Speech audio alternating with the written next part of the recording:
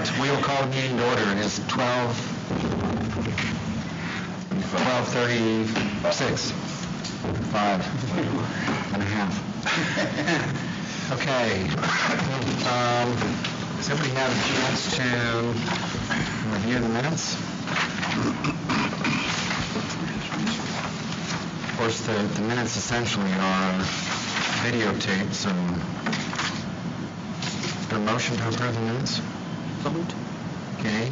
Dustin, is there a second? Okay, Dave, Kraus. Are there any comments, amendments, corrections? Discussion? Okay, all in favor of approval of the minutes, say aye. Aye. Opposed, say no. And abstentions is, we have Dave Douglas and Al, I know. Any other abstentions from the last time? All right, 2 abstentions. Public comments, we have a public. Actually, I do want to introduce Stan Perez, who is the new Chief of Police for PCC, in case people have any. You can tell he hasn't fully engaged in his job yet because he has time for BRAC meetings. And he's smiling. And he's smiling. Let's check next Friday to see if he's doing it. What's his last name? Perez. Okay. Rick, Yes. did you want me to comment on thanking us for funding this position? Yeah, you're beholden to everybody. He's already learned that. Okay, no word out of Alex? Hoping, no, there's Danny. Okay, so I'm missing one then. All right, let's start first with what we left behind. I kind of hate to do this because we did it specifically for Alex, but I'll ask when we move on. Okay, just to review. We're talking about and we're trying to wrap this up, the year-end budget reallocation. So the 4 options that we previously discussed, there are an infinite number of options, but these are the 4 that we discussed, is the status quo, which is that we fund for technology scheduled maintenance and non-Measure P projects through the capital outlay fund, and all of the money typically goes there. The second option is 50% capital outlay for technology scheduled maintenance and Measure P projects, non-recurring employee compensation and benefits, which means off schedule, 20% for cash flow and reserves, and departmental 5% and graduation fund 5%.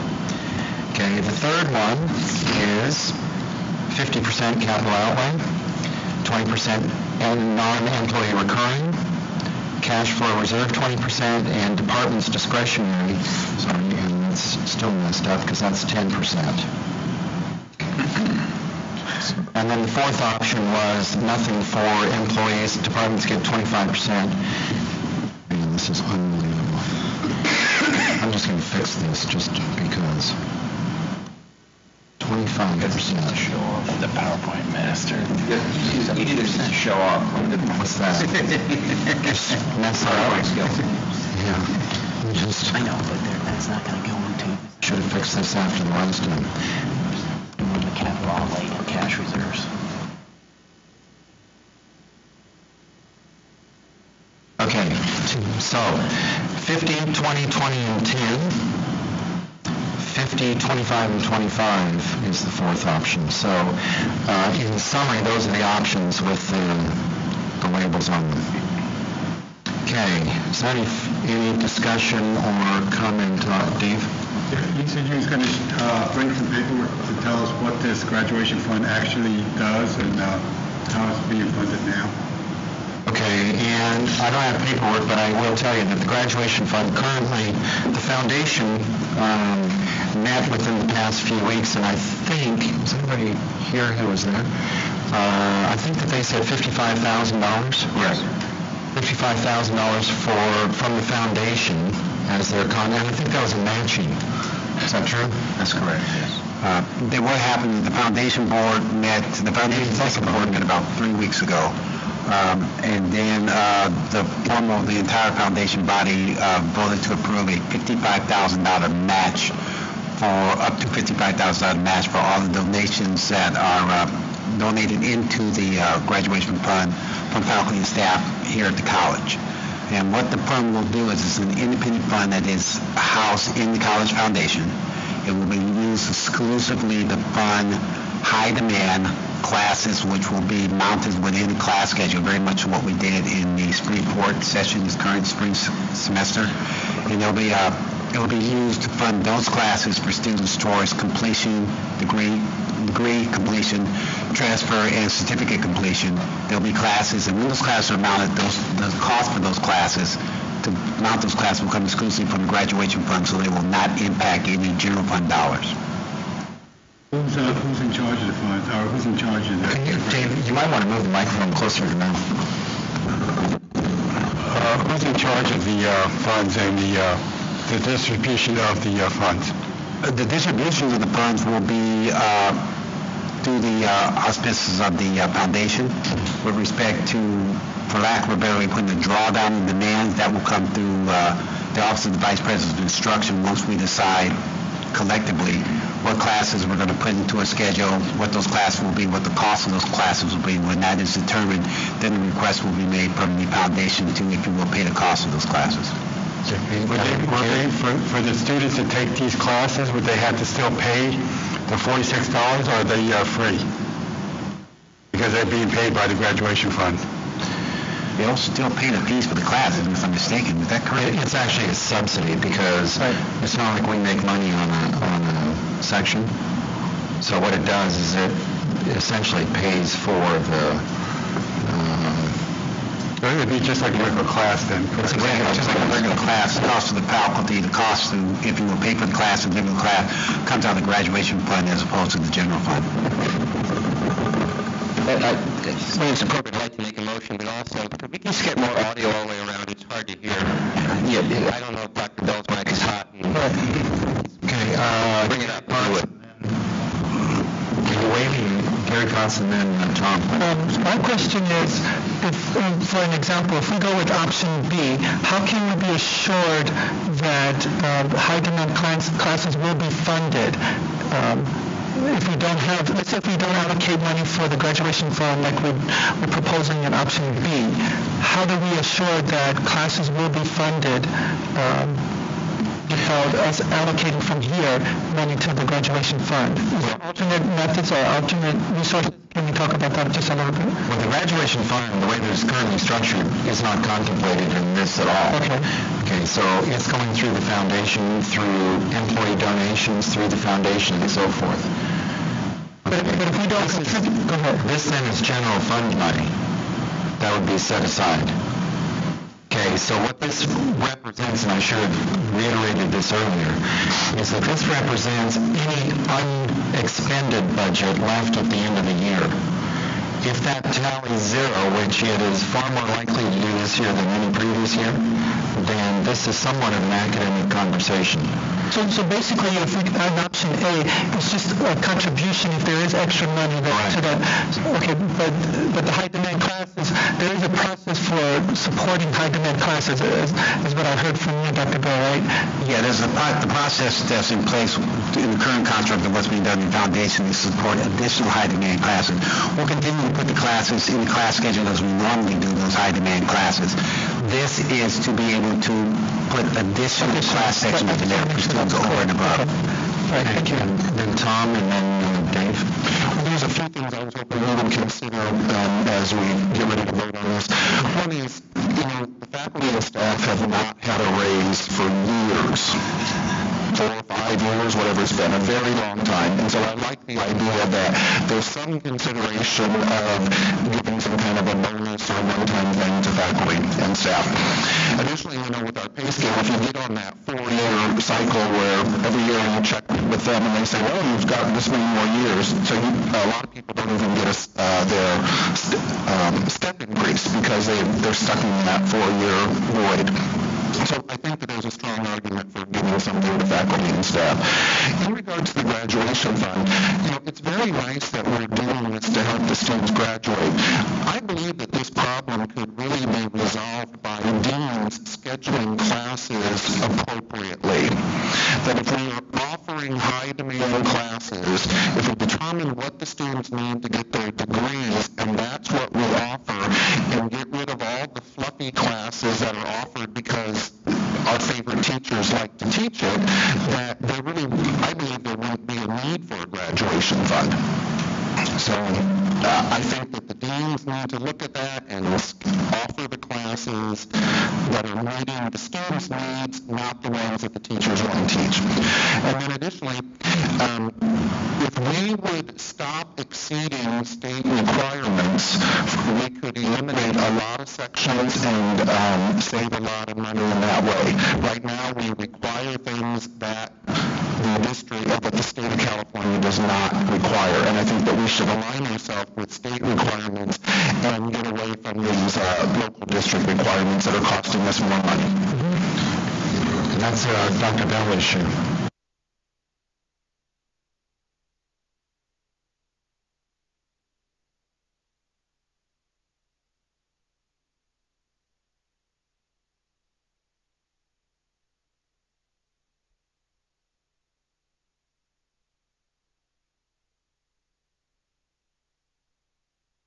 To mount a class schedule was to specifically focus on high demand classes, a completion agenda.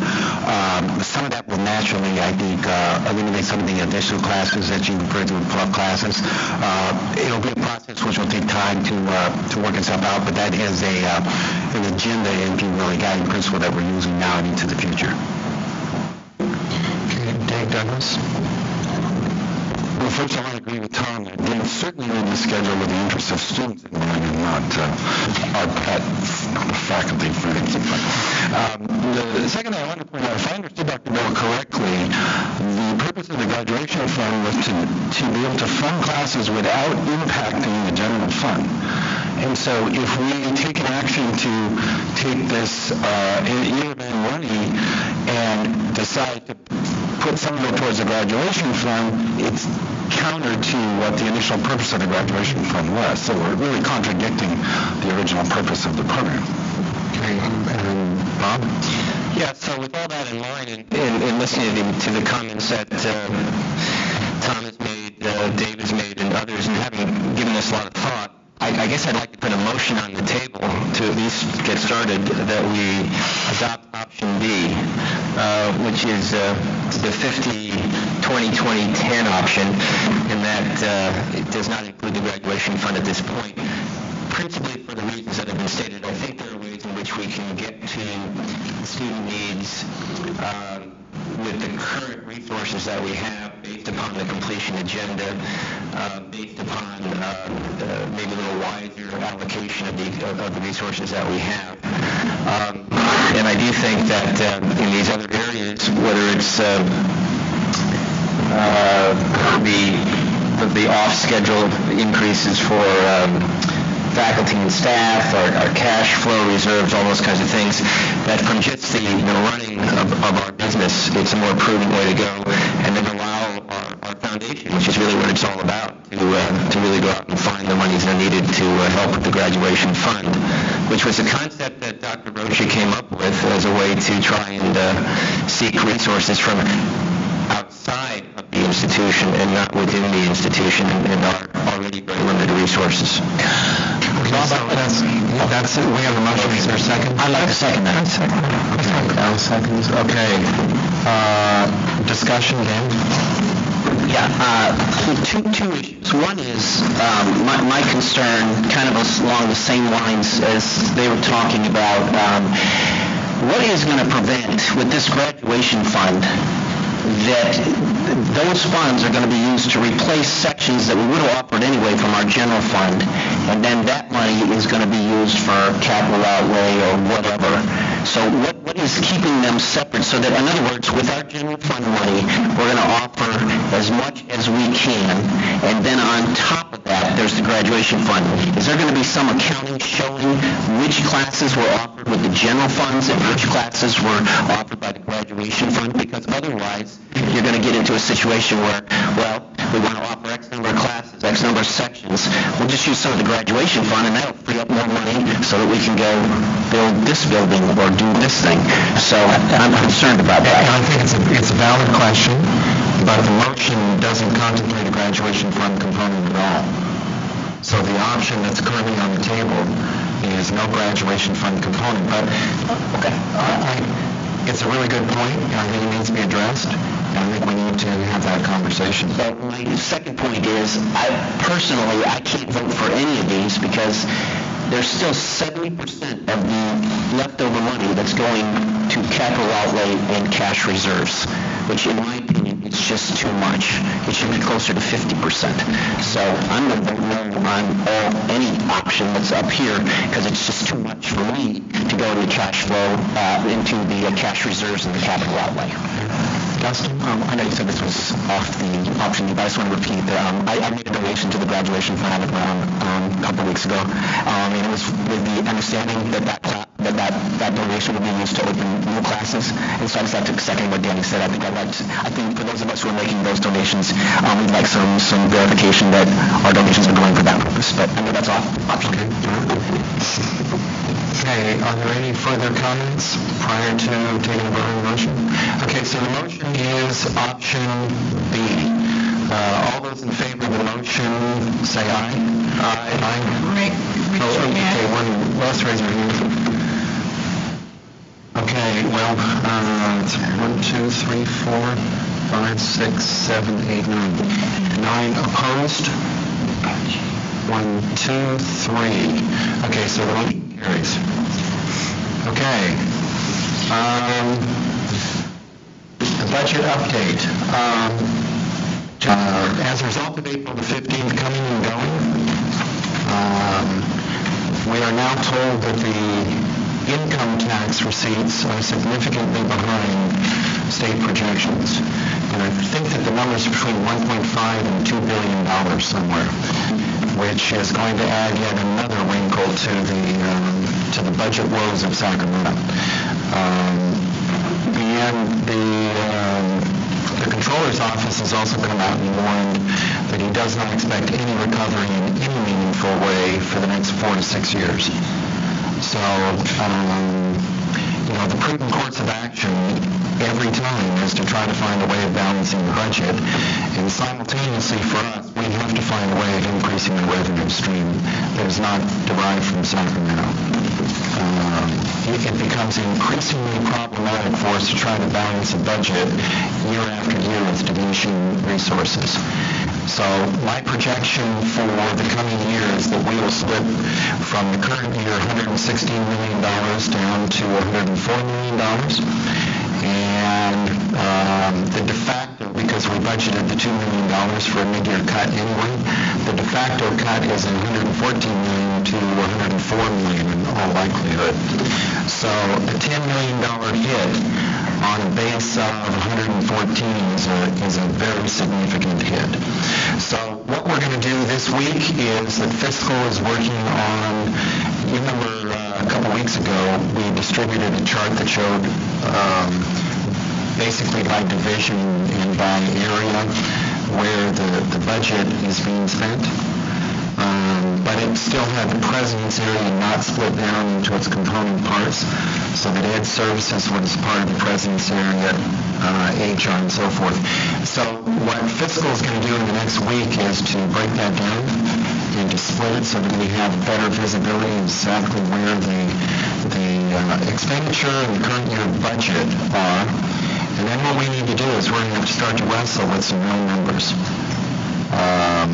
We all know that 50% of the budget will be spent in the classroom, but if you're talking about a difference of $114 million, which would be $57 million, versus $104 million, which would be $52 million, you're talking about a $5 million hit. Okay, now that can be accomplished in a series of ways, not least of which is through the adjunct pool. But one form or another, because we do protect full-time employees, faculty, staff alike, one way or another, we will end up having to trim, in all likelihood, $10 million. So we expected about $6.5 million for the actual cut, plus the February surprise of about $3 million. So that's about $9.5 million. So 9.5, 10, 11, somewhere in that neighborhood is what we're expecting. It is also possible, because the budget discussions have yet to really pick up any steam at all in Sacramento, that with the softening, the continued softening of the revenue stream, that those numbers will get even worse for us. There's also discussion now on whether the November ballot initiative will have any meaningful change, if it passed, on us. Because what keeps happening is, it's sort of like digging a foundation of a house in sand. As soon as you trim some more and more falls in. And it's entirely likely that in the next 6 months, the situation in Sacramento will get worse and not better. But in any event, what we've promised is that we're going to develop a budget that is based on current knowledge. It will not take into account the November ballot initiative, and we'll develop a contingency plan in case that passes, in case money comes our way, as far as how we're going to change our budgets. Any comment or discussion on that? Yeah, I'm just curious where this notion that if the tax initiative passes, it really wouldn't make any difference.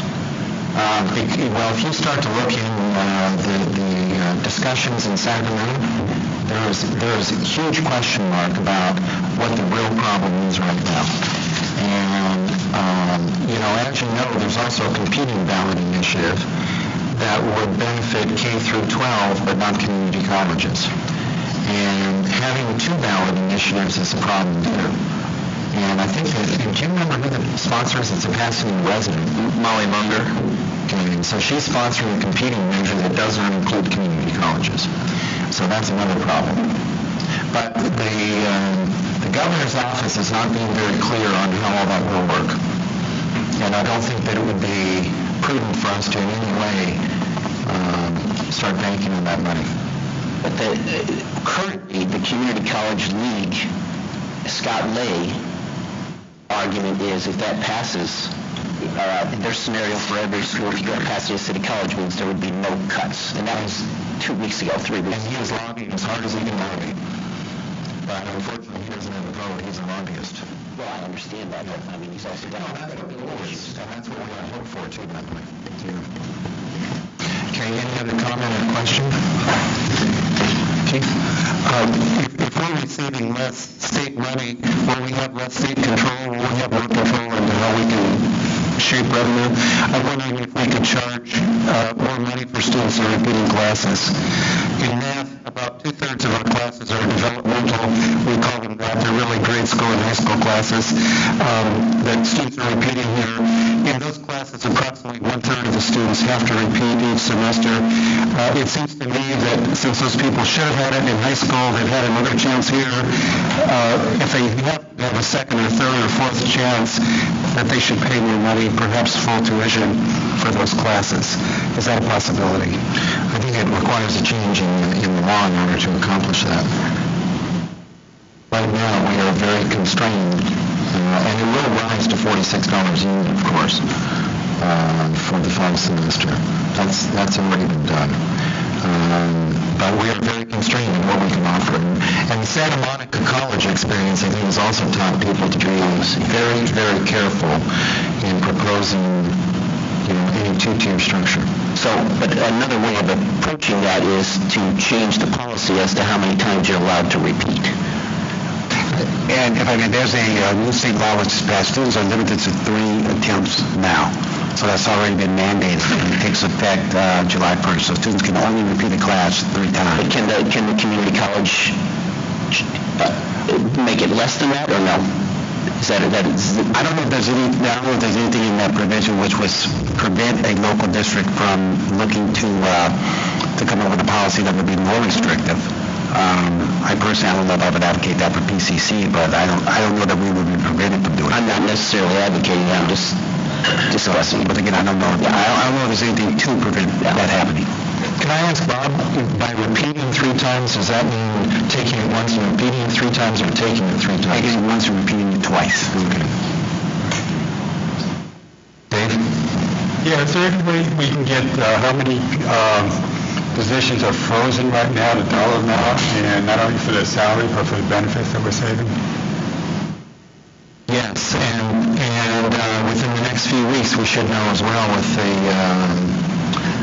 SERP 3, because May the 15th is the cutoff for that. And we get figures on that one? I mean, numbers, not necessarily names. Right. Now, it's possible to come up with a number, but I'll forewarn you that most of that has been swept, because that's how we ended up balancing this year's budget and last year's budget. So when we say frozen, it's a frozen position, and last time I actually counted, there were 127. The dollar amount we could calculate, but it would be a point of interest, but it's not necessarily a point of future budget development, because basically what we've done is worked it into the base budget for this year.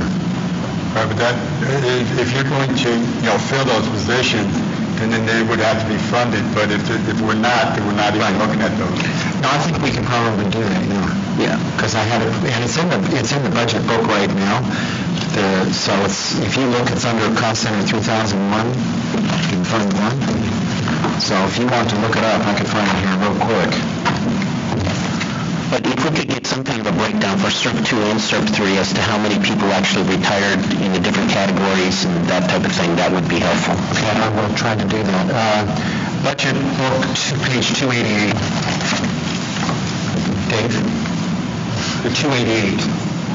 288, that's the page number on the budget book. Okay, thank you. And then it goes for 3 or 4 or 5 pages. Okay, any other conversation on that?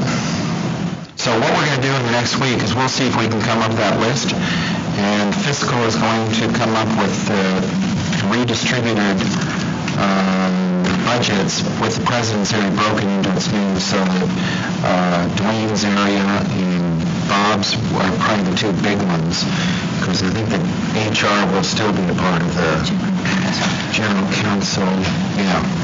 So it'll split those up. So then the last time I think we got like a bulk number for each department, something like that. Are you going to break that down at all? No, what we'll do is we'll break the department listing down differently and still give a bottom line number. Because what the ultimate goal is going to be is that when we wrestle with the new bottom line numbers for each department or division, that they would be able to distribute the money. Okay.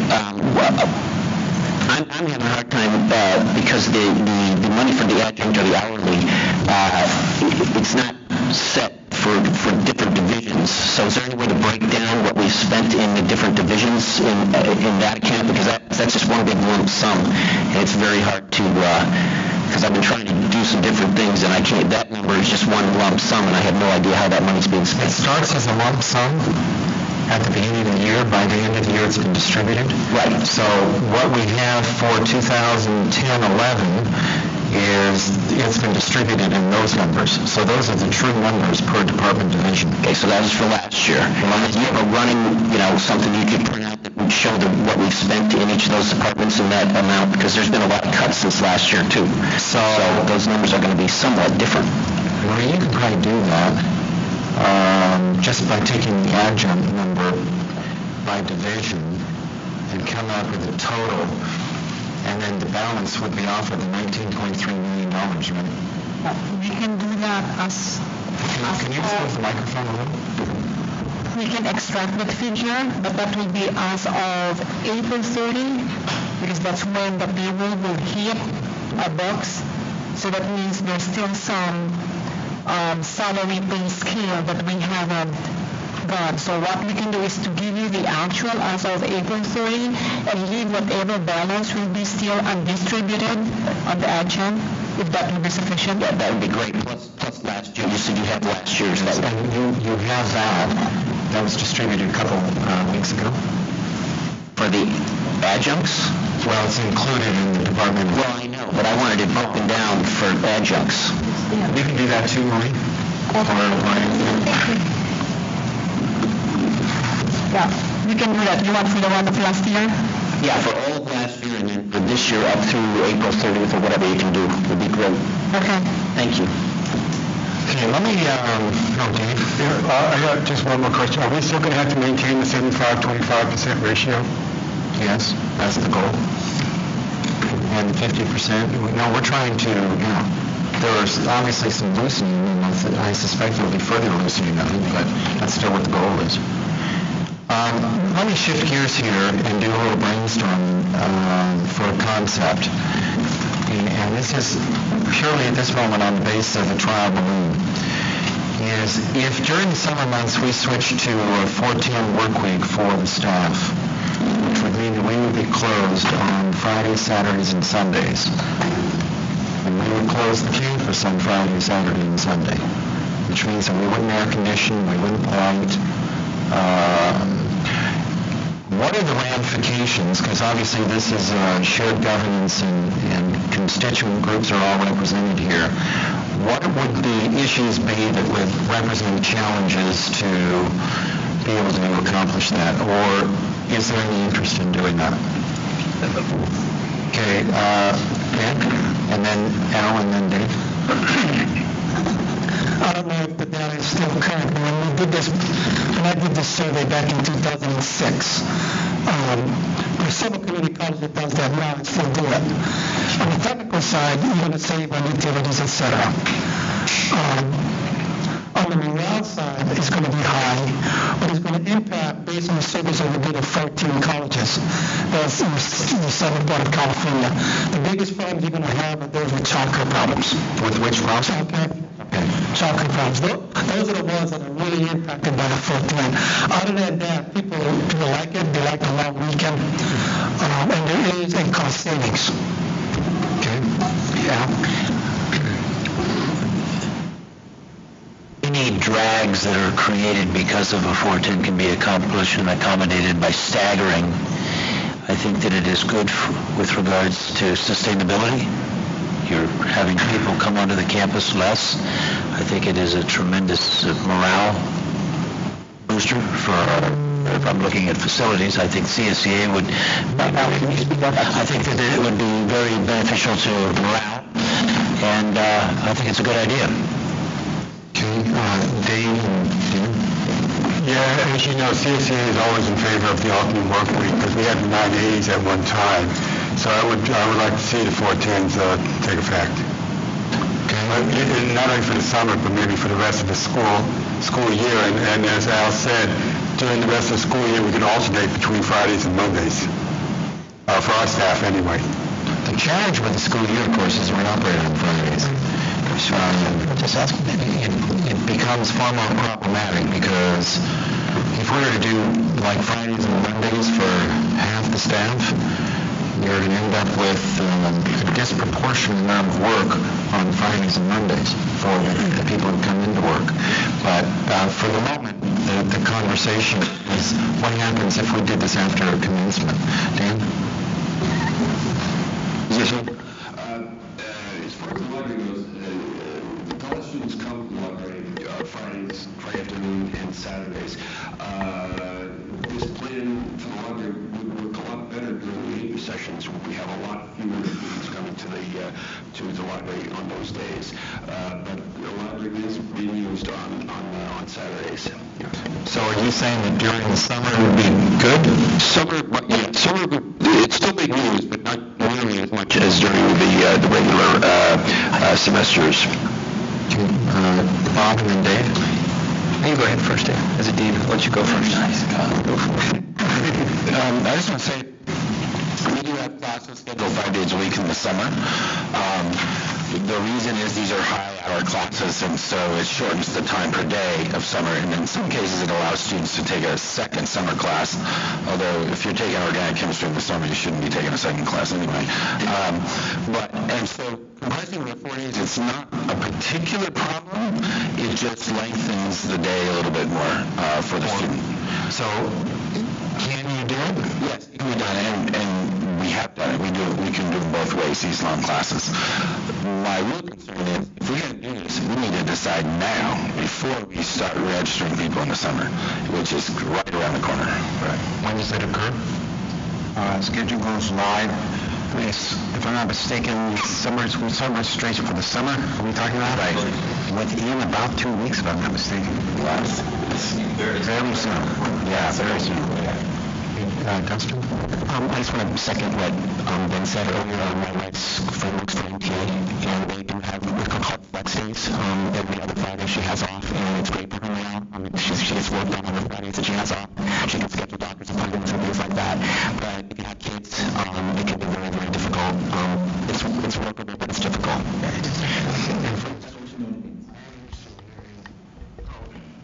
I'm sorry. Then I'll go after if you want. Sure. I just want to know what the success rates are, what the differences between having those compressed 4 classes or 4 days a week versus 5 days a week. From you again. Keith wants to respond. I'll respond. You can respond. Not significant for us in the classes, and they're very few. There are things like anatomy and chemistry, which are just long, 9-hour classes in a regular semester. So you have to get those hours in. From a teaching and learning standpoint, it's easier to have 5 days a week and shorter classes. I think the students a little more, but I understand the finances of it too. Yeah, I just wanted to put a little context to here. We have 181 sections this summer. About 23, give or take, would be impacted by this. The majority, many of them are math classes. There's a couple in natural sciences. But I want to echo what Dave said. If we're going to do this, we need to make a decision very quickly so we can gear up. The child care issues are an issue. The question is how many people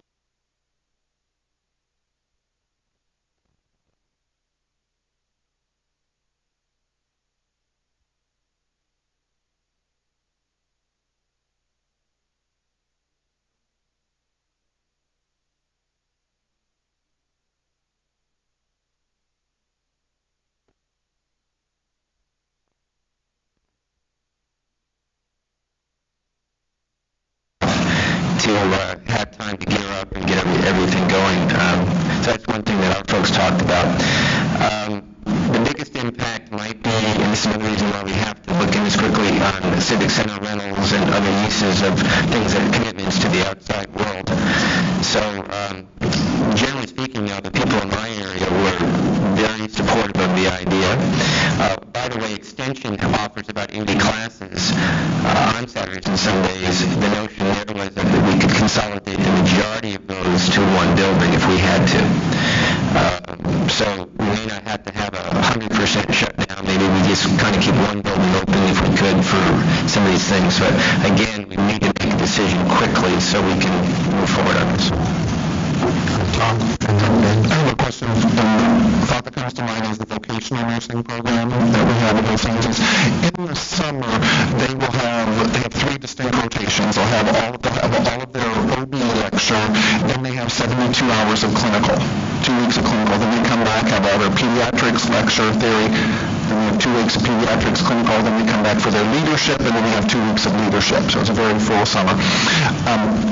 Their clinical rotations, the first week run Monday through Friday, 7 to 3, and then the second week Monday through Thursday, 7 to 3, because they do a total of 72 hours.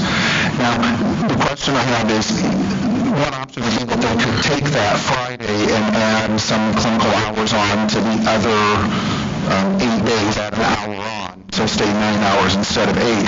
But if the teachers were inclined that they wanted to still go on Friday, it's off campus, it would be at the hospital. Would they be allowed to do that, or would no one be allowed to have a class, or how would that work? Well, from my perspective, it's closing the campus down is the issue. So, if they're doing a clinical rotation in the hospital, They wouldn't be like, we wouldn't say that no one could hold class on Fridays if it's off campus. Right. Okay, thank you. Danny and then Dave. Just to kind of piggyback on what Bob was saying, as everybody was talking, I was thinking about those colleges that are still successful in the fourth term in the summer. And obviously there's a lot of planning and decisions got to be made, as you indicated. And on the labor relations side, contingent upon how the contracts are written, that's a change of working conditions. And as a result, it becomes a negotiable item. But the way the colleges that are successful implementing these things, they'll start the discussion early. Because once that is clear, then we can really start the planning. So we're really thinking of doing something like this. And maybe just an FYI discussion, and not so much a negotiation, but kind of get an idea of how the users might feel about this. The budget committee wouldn't be meeting on Fridays? That'd be cool, huh? I vote against it.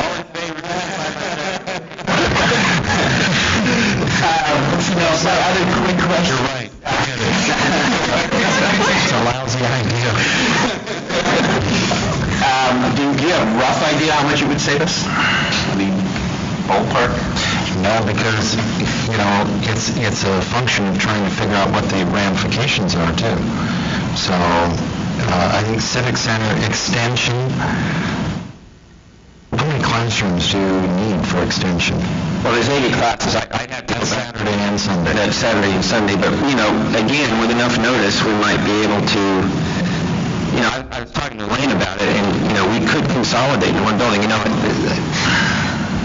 The CEC is a Monday through Thursday operation most of the time, so I haven't had a chance to talk to Ibrahim yet and others, but I think we could make it work at this. If we were to move extension for the summer to CEC, That's what I was thinking out loud. a whole lot simpler to air-conditioned CEC than the campus here. Danny, that's nothing in writing. Yeah, we're just...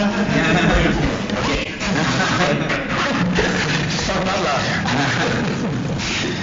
Bob? I'm just going to add a point of information. Registration for the summer begins May 7th. So it's like... Okay, Dave? Pushing up the show, we always could do an MOU if certain people are concerned about it. But the other thing is do we have to have a motion to move our meetings from Fridays to Thursdays? Do we do that? I think we're getting a little ahead of ourselves. We're getting at the bad now. I'm assuming the Faculty Association, it's a matter of whenever those classes are scheduled, right? Yeah, it just depends on how it's going to impact the faculty, and, if they can reschedule those classes in the 4 days, I don't know, I got to talk to them. And CSEA is sitting here, and we don't have POA or issue. Other people in country is reading the way you guys are.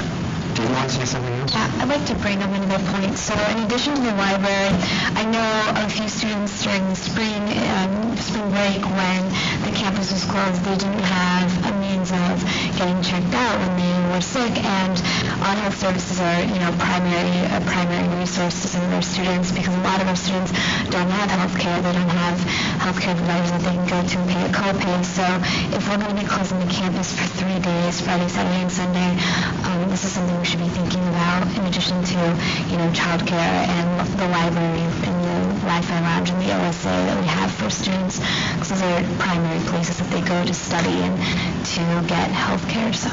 Now, Ron did, and maybe Tom remembers, does the Student Health Center not close on Fridays in the summer?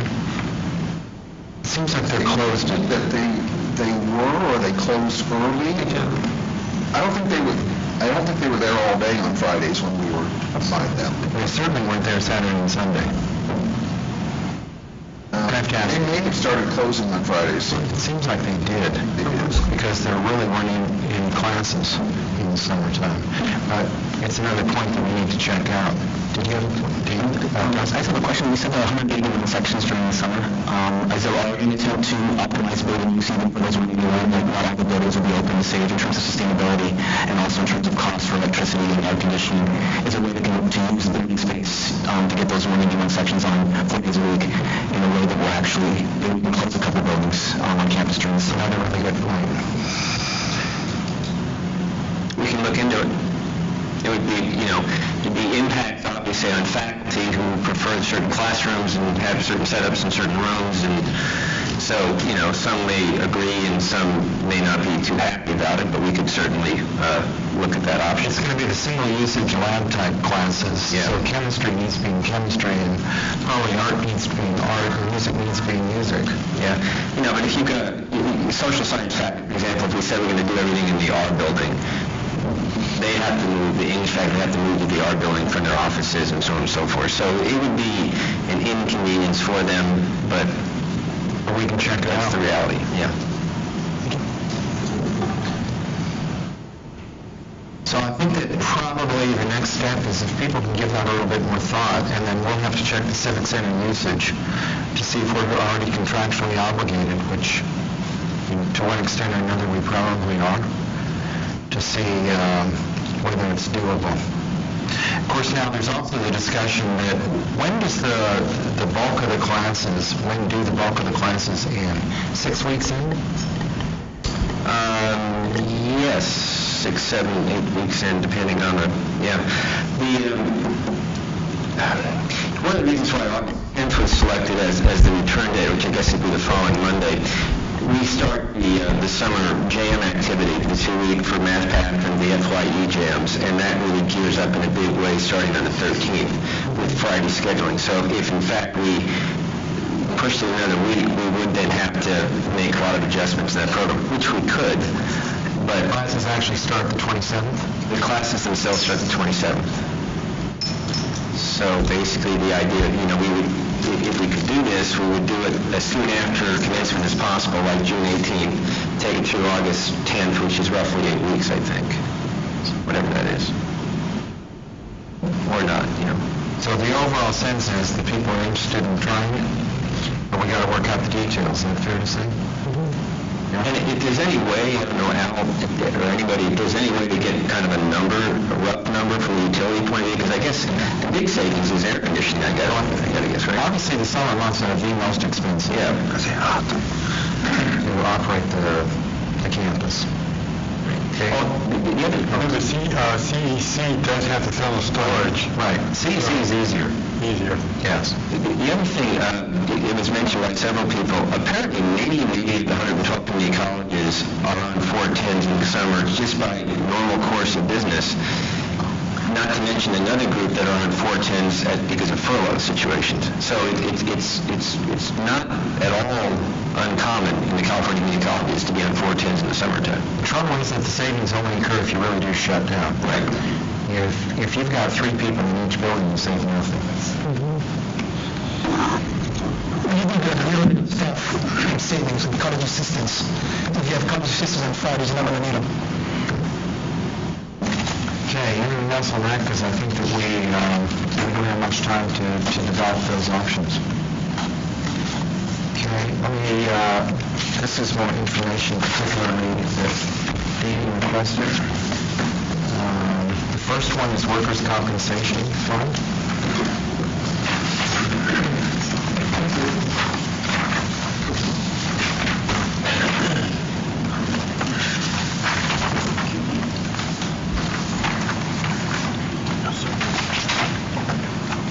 So what you see in the Workers' Comp Fund is the 2 years prior, the actual expenditures, and in the current year, the adjusted budget, and the amount that has been expended. And this one is probably, and we're hopeful that these numbers are going to track low, but sometimes what happens is the numbers catch up at the end of the year.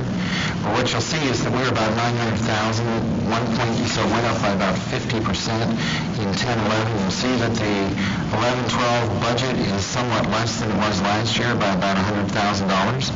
And that currently we are tracking favorable in workers' compensation. So the hope obviously is that by the time that the year ends, the workers' comp claims will have truly softened and the claims will have diminished a lot. Which right there you'll see self-insurance claims is $49,000. So what we have to do is to find out if that's a real savings or if that's just late billing that we'll catch up on. Is that about right, Marie? Yeah.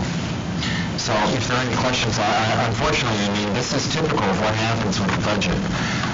Is, okay, you get a snapshot at a given moment in time. It seems unlikely that we'd be running on 25% of last year's claims, but I guess it's possible. There's no factor that you could think of that caused that or anything? No. Yeah. No. And this is another one of these things that we hope it's true. And before I forget too, and Cindy reminded me, we did ask for the auditor to come on May the 4th, and she couldn't do it on the 4th, but she could do it on the 11th.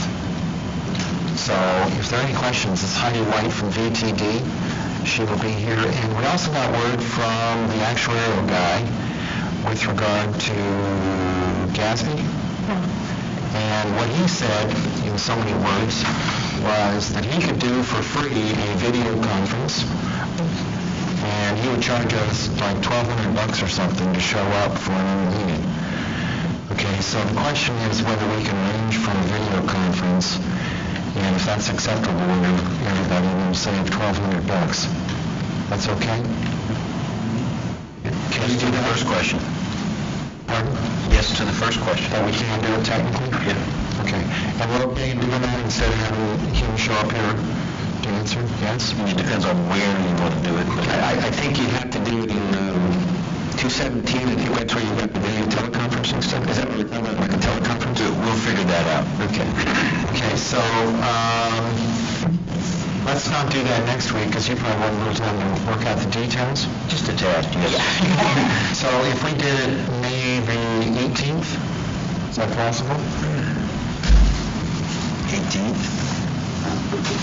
Well, oh no, the 18th we're going to go dark. The 25th. That's the right before Memorial Day.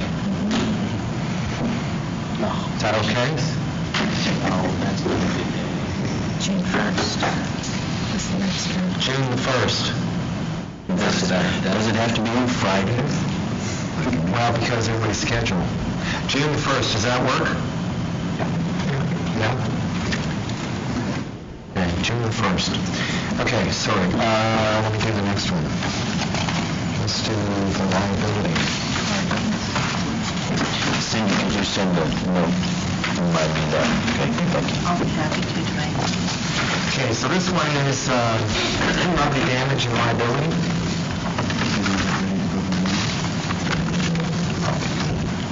Same exact setup. The last 2 years' actual expenses hovered around $1 million, give or take $50,000. The current budget was established a little under $900,000, and so far this year we are tracking at $728,000.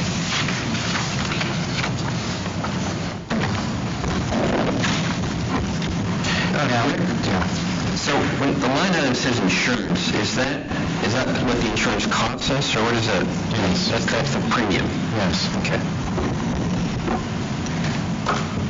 Okay, so again, you can see that the self-insurance claims, 241,000 one year, 187,000 next year. Current year so far, nothing.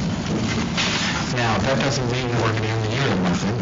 It means that so far we haven't spent anything there. And again, it's kind of, if anybody can foresee the future, we have a far clearer picture of where we are. But it gives a sense of not only what it looks like, but the challenge that we have in trying to predict where we're going to end up. What's the first one? Okay, let's see here. Dental.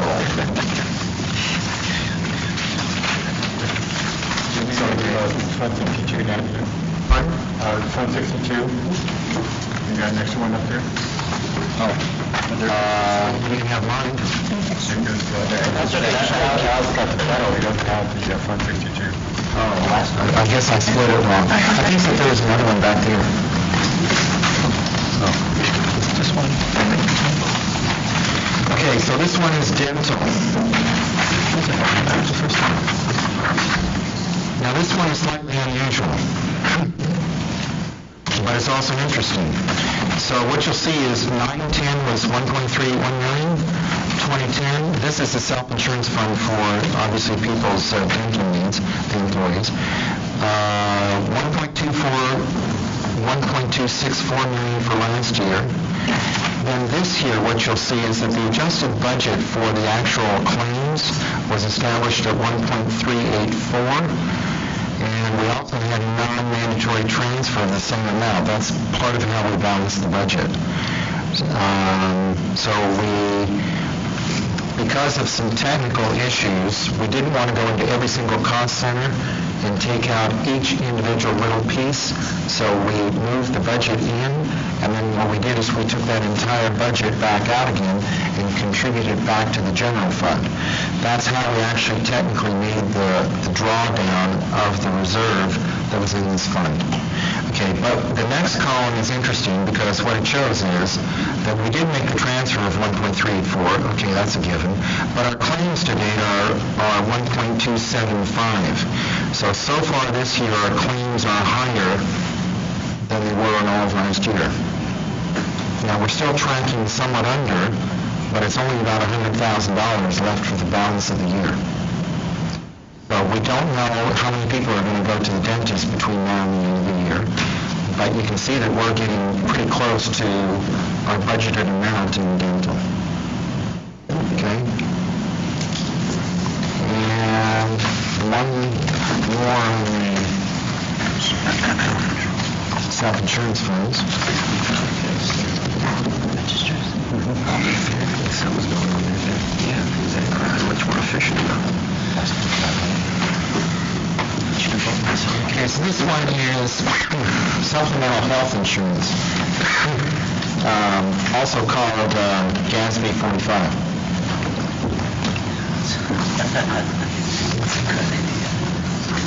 This is not the reserve amount. This is the expenditure side.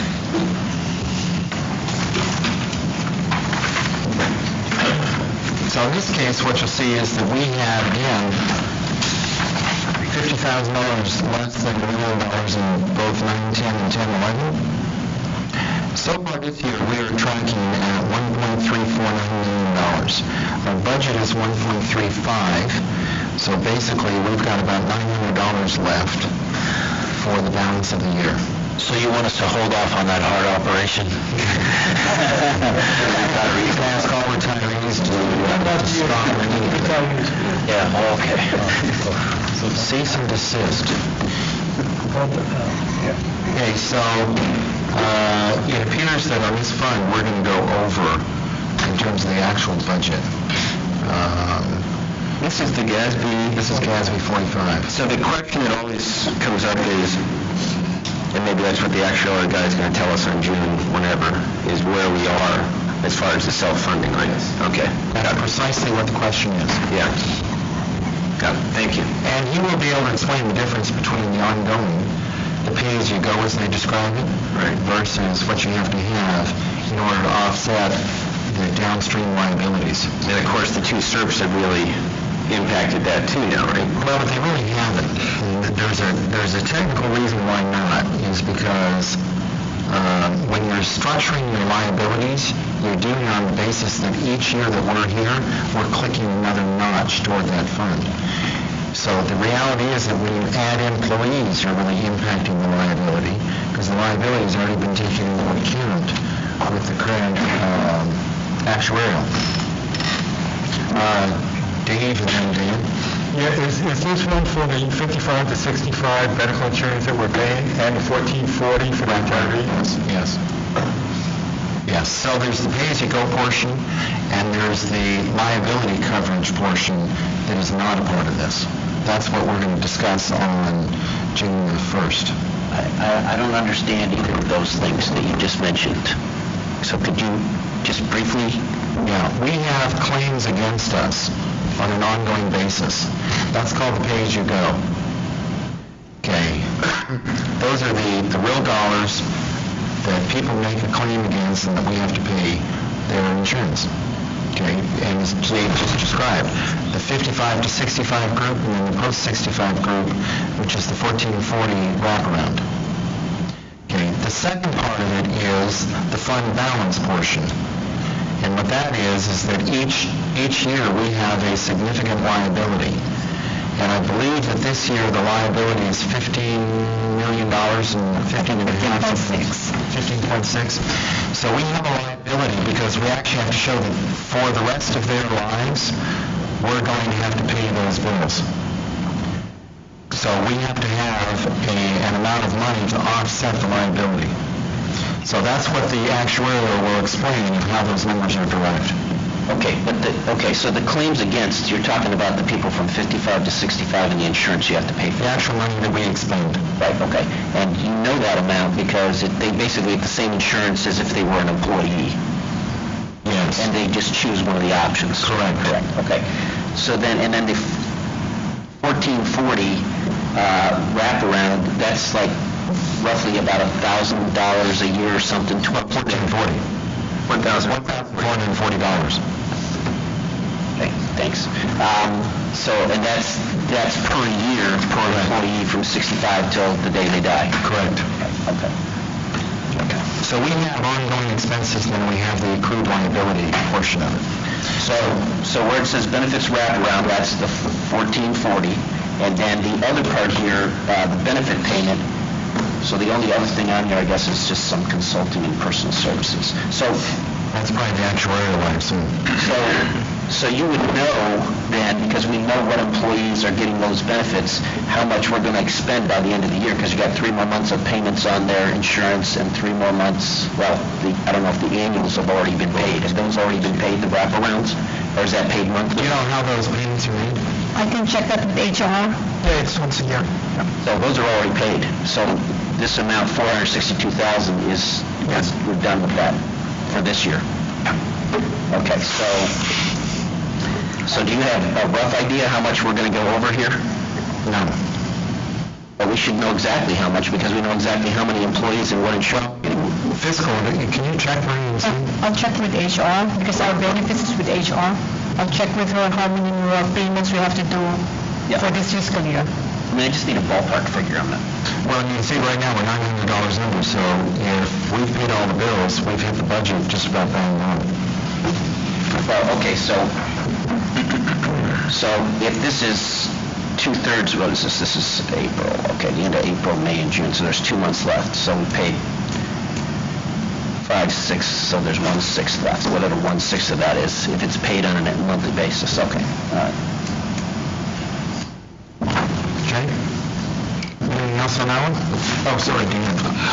Rick, I'm sorry if I missed this, but is the larger number that we're spending in 11-12 compared to the previous years, is that because of the large number of retirees we had last year? Yes, that is, yes. Okay, thank you.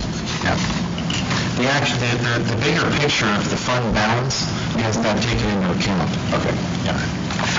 Okay, any other questions on that one? Okay, the last one is scheduled, that's the self-insurance fund. Then this one is the scheduled maintenance, which is Fund 43. If you recall, the state has not provided us with scheduled maintenance money.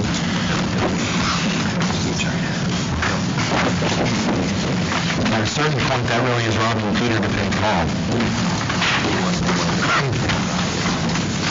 So the format here is slightly different. But you can see that there are, whatever that is, about 15 projects in one form or another. You'll see that the number of projects is greatly diminishing, and you'll see that the money has greatly diminished. So the adjusted budget for the current year is $882,000, of which $522 has been expended. These are project-based, so what that means is that the cost center, there's a separate cost center set up for each of the projects. And because this money includes state money, then we track it very carefully that way. When the state does contribute or did contribute, it was done on a 50-50 basis. So for every dollar they put in, we had to put in a dollar. But this shows the sorts of projects that were being, there were a few typos in there too, but installed boiler at the V building, for example, was completed. You can see that it was completed a couple years ago. So it's kind of a rolling deal to where typically what would occur is we'd get 3 or 4 or 5 new projects approved by the state each year, and that we'd contribute our share, and then we'd move on. Some of the projects are going to require a lot of money to repair aquatic deck. You can see that there's $10,000 set aside. That's likely going to be a $50 or $60 or more $1,000 project. But these are the ongoing things, repairing roofs, waterproofing buildings, and so forth. So, Danny? That's just an automatic. Well, there's one that says district projects. Yes. Did you just explain that? Because I didn't what does that mean? District projects will include smaller individualized projects that are not state tracked. And what's happened recently is that if there is a project that must be done, but it's not covered by the state, then we'll put it under district project. So the other ones where the state contributes money, which they haven't done for, I think, 4 years, maybe 5, then if we have a roof repair that has to occur, then it has to be paid for with district funds themselves. But, okay, so these other ones would be covered by the state if they were giving maintenance money, and if that money is ever backfilled or whatever, that's why you're tracking it, so you can show what you spent? Yes? Slightly different. These are projects that the state has approved in large measure, therefore they have contributed. They contribute in the year in which they approve them, but you don't have to expend them in that same year. Okay. So those ones we have to carefully track. Other ones, if we have to pay for it ourselves, which increasingly we're having to do, then we just put it into district project because there's no state requirement. So can we get just a quick summary at some point, or a listing of what these district projects are? Because it's $500,000. Yep. Okay, thanks. Well, the budget was $500,000, we've expended $267. Oh, yeah, sorry. Okay, any other questions on that? Okay. On this telephone switch, didn't we just redo the telephone system on campus? You can see that was 3 years ago. You can see that was closed a couple of years ago, but yes. Because it says 47% Of that year. No. If you see the down total is 100%. Oh, okay, so, Of that year, 47% that year was on the telephone. okay. So what that meant was is that we had 3 sources of funds for the telephone switch replacement. It was Measure P, it was capital outlay, and scheduled maintenance. Scheduled maintenance basically means that you have it in place now, and you have to repair, upgrade it, replace it. Typically, capital outlay means that you don't have it, and you need to have it, and therefore it gets capitalized. So you're not going to capitalize a pure replacement. If you want to replace the carpet, you don't capitalize it because there was already carpet there. Whereas if you want to replace this carpet, then it would be scheduled maintenance. That clear? Yeah. Okay. All right, any other questions? Everybody's just dramatically bored. That's exciting. Dave is so happy that Kent Yamaguchi couldn't make it. He put on a tie, he brushed his teeth today. He got all spiffed up. You didn't comb your hair though, Dave. That was exciting. All right. Are there any other comments for anyone else? I have one comment, Mr. Chair, to get to Danny and Dustin's earlier question about the graduation fund.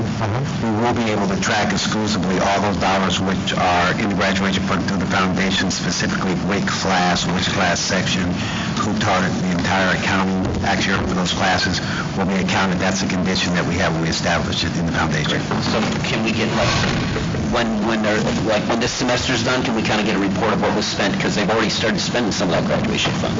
Or something, just so we can kind of, we have to be detailed. I mean, just an idea. We're going to do a summary for what we've done for the spring, and then we'll follow the same thing for all subsequent. Yes, okay, great. Absolutely. Thanks. Okay, are there any future agenda items, Danny?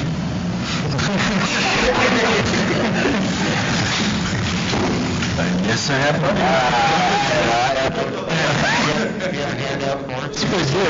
He's looking at us. Right now.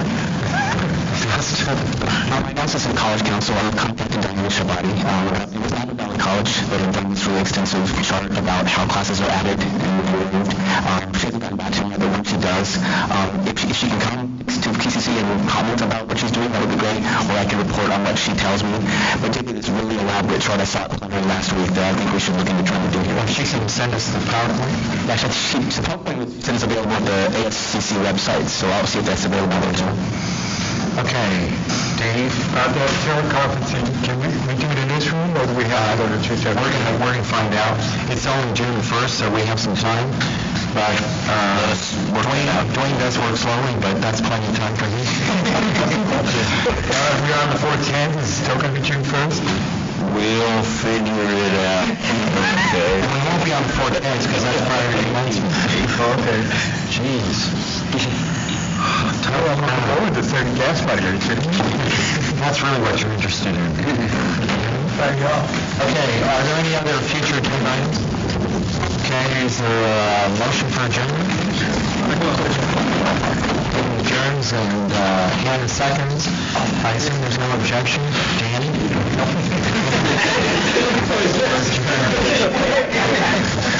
1:45.